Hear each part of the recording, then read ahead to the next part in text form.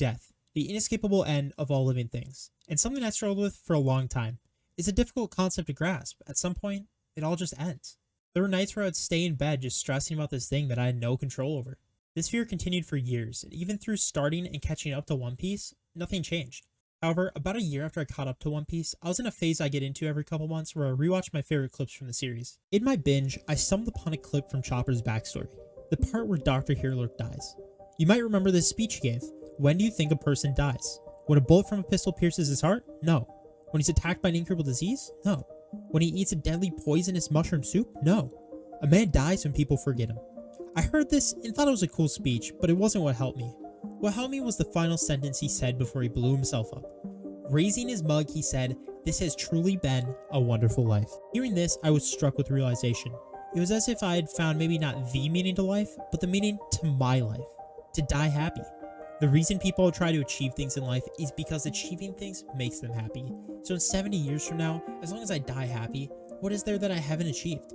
And I realized, if I got this much from a character's death who was only in like 3 episodes, what could I get from the other deaths in the series? The very first thing that happens in One Piece is Roger's execution. To be more specific, we get this excerpt. Gold Roger, the king of the pirates, had achieved it all. Wealth, fame, and power had all been his.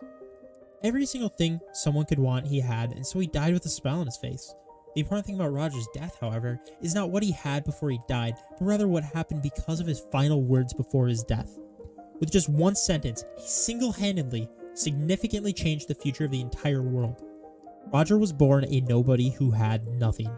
So what I get from Roger's final words is that if you put in the effort, if you put in the work, even a nobody who has nothing can turn into someone who can change the world with a single sentence. There's a lot of Sigma males in One Piece, but the one I'm interested in discussing next is Saul. Despite being a giant, Saul turned away from other giants because he found them barbaric. So he joined the Marines, where he worked his way up to Vice Admiral. But when he found out about the atrocities the Navy was committing, he defected without hesitation. He then washed up on the shores of O'Hara, where he met Nico Robin and eventually lost his life trying to protect her. Looking at Saul's life, it's easy to tell that he walks to the beat of his own drum. But then why would he tell Robin that there are friends out there waiting for her? You'd almost expect him to teach her to rely on herself and no one else, just like he had done throughout his life. But Saul's actions make sense when you consider that what Saul actually believes is that people should pursue what they find important. And what Saul finds important is creating a world where people can pursue the things they find important. At this point, I've only talked about Saul's life in a video that's more about death. And the reason for that is Saul died the same way he lived, protecting others so they have a chance to obtain the things they find important. He died laughing and taught us, of course, that we should pursue the things important to us, but more importantly, that the things we are pursuing are achievable. He told Robin that there are friends out there waiting for her, not because he had a premonition that they existed, and not because he thought she might be able to find friends, but because he knew that through determination, a person can do anything, and he wanted Robin to be determined. Okay, so next we're going to look at Zorro's death. Okay, so Zorro isn't really dead, so this doesn't really work. What we're actually going to look at is what Zorro was willing to die for. I'm of course referring to that one time where nothing happened, where Zorro decided that if he couldn't even protect the man he swore allegiance to, then what point was there in achieving his dream? What I get from Zorro's death, more than anything else, is an attitude. When he was first talking to Kuma, what he offered in exchange for Luffy's life was the life of the future strongest swordsman in the world. He's not claiming he might become the strongest swordsman, or even that he wants to do that. No, he is going to do that. It's going to happen. What I believe followed this is Kuma testing Zorro's will. Kuma told Zorro that he would die and gave Zorro a taste of the pain he would receive. Zorro felt agonizing pain through his body, so much so that he tumbled to the ground. But Zorro didn't falter. Even after realizing what he would actually have to endure, nothing changed. Zorro did not die, however. Facing near certain death, he didn't die because he didn't want to. Even though Kuma said he would die, he didn't take it lying down. He just simply refused to die. His attitude and his will inspires me to decide what I want out of life and then take it at any cost, and also to never listen to what other people say I can or cannot do. The end of Marineford brought the deaths of 2 of the most important characters in One Piece. With Whitebeard and Ace's deaths came the change of an era. The Marines had taken down the strongest man in the world. Every territory and treasure that man owned was up for grabs. Thousands of powerful pirates that had once followed him disbanded. The world would never be the same. As sad as it is though, his death allowed a new generation, the first generation, to grow freely. They could take his territory and treasures and make allies or enemies of his former crewmates. Whitebeard's death allowed the world to progress. Ace's death did a similar thing. It motivated not just Luffy, but all of the Straw Hats to grow stronger so that they could protect what they held dear to them. These two deaths showed me the importance of death. Without death, people in power stay in power forever, and ideas do not progress. Death allows new ideas and ideals to flourish and advance the world into a new era, a better era. Not all people deserve to be remembered. A death that is often forgotten is that of Monet's. And honestly, I see that as the point of her death. She was an awful person who poisoned children, devoted to her life to a man who couldn't care less about her, and she manipulated everyone and everything she could. Her death goes to show that you reap what you sow. If you live a life of a bad person, you are destined to die a regrettable death. And honestly, that's all there really is to it.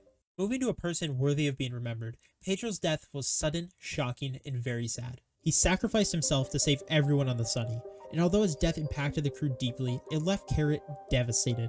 The last thing we hear Pedro say is, "You must go forward." His death shows us that while you should grieve the loss of people close to you, you have to move forward. If you let the death of someone close to you indefinitely destroy your spirit, you're doing an injustice to the memory of that person. You have to use their legacies to propel you forward. Their death should change you indefinitely, but in a good way. A way that allows you to leave a positive impact on your life. Carrot did this and became a better person, or rabbit, because of it, and although she will never forget Pedro, she doesn't allow his death to cripple her life. Odin wouldn't be Odin if it wasn't boiled. And Odin wouldn't have been Odin if he wasn't boiled. The ultimate test of a person's will, a person's morals, what a person stands for, is how they act at death's door. Their final actions will always be remembered, and Odin acted selflessly. He saved the lives of his retainers, and as he descended into the pot of boiling oil after being shot in the head, a smile appeared on his face. How could he smile when his country had been taken over by a cruel dictator and his family was in danger? It was because he believed in a better future, and because he would never be forgotten.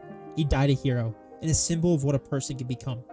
And as the people watched him die, I don't believe a single person pitied him. I think every onlooker envied the man before him. That's a life I strive to live. A life where even as I die, people wish they could have been me. A life where I die knowing I made a difference. A life worthy of being remembered.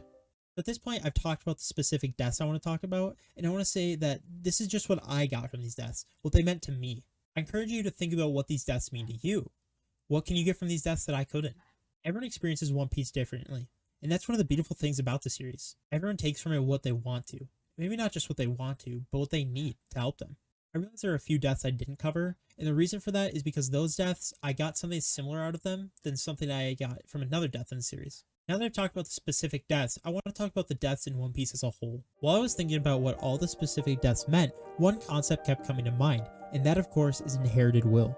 This is something that is frequently mentioned in One Piece, and every good guy who has died has passed on their will to the people of the next generation.